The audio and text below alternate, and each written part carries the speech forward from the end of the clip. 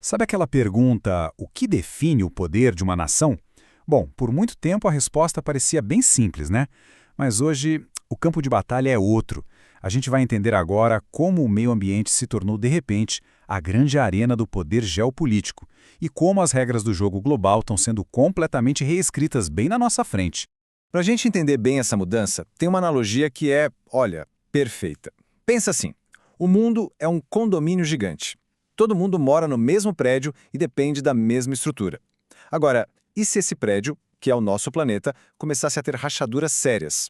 Pois é, as regras de convivência, as alianças, os conflitos, tudo mudaria, né? É exatamente esse o cenário que a gente está vivendo agora.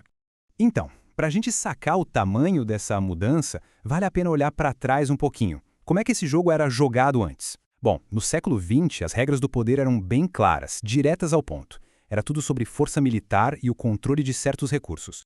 E olha, o contraste entre o ontem e o hoje é gritante. O poder antes se media em número de tanques, em bombas, em barris de petróleo e reservas de ouro. Já hoje, está surgindo uma moeda de poder completamente nova. Uma que se baseia, saca só, em dominar tecnologia limpa, ter acesso a minerais que são supercríticos e, claro, controlar coisas básicas como comida e água. É isso mesmo. O tabuleiro do jogo virou e tem uma força gigantesca e implacável que está reescrevendo, literalmente, todas as regras que a gente conhecia sobre poder e influência no mundo. Aí fica a pergunta, né? Que força é essa, afinal? O que é que tem o poder de virar de cabeça para baixo décadas de estratégia geopolítica e, de fato, redesenhar o mapa do poder mundial? A resposta é a crise climática. E aqui é muito importante entender uma coisa. Isso não é só sobre ecologia, tá? Isso é sobre poder. A necessidade de deixar para trás os combustíveis fósseis vai muito além de uma decisão ambiental. Ela é o gatilho, o ponto de partida para a maior reorganização de poder do nosso século. E essa reorganização toda já começou.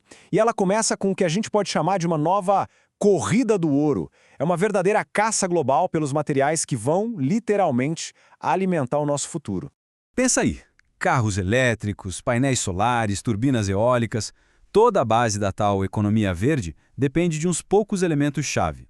A gente está falando de lítio, de cobalto e dos famosos terras raras. Sabe?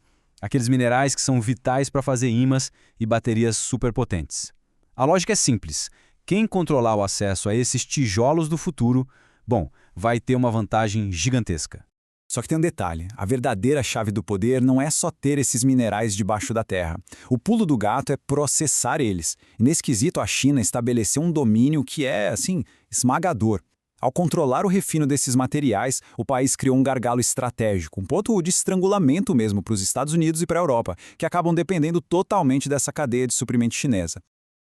Então, o ponto central é esse aqui, ó. Essa tal de geopolítica ambiental não tem a ver com salvar árvores por pura bondade, não. É uma disputa, e uma disputa ferrenha para ver quem vai controlar a tecnologia e a energia que vão manter as luzes do mundo acesas daqui para frente. Mas essa briga não para só nos minerais de alta tecnologia, não. Ela vai muito além, chegando em recursos que são ainda mais básicos para a gente. Estou falando de comida e água. Elementos que sempre foram essenciais para a vida, claro, mas que agora virarão armas e escudos nesse novo tabuleiro geopolítico. É só a gente pensar nessa dualidade, né? De um lado, um país como o Brasil, que produz comida pra caramba, ganha uma espécie de escudo estratégico, é um poder de barganha imenso num mundo onde a fome pode aumentar. Mas, por outro lado, a água pode virar uma arma.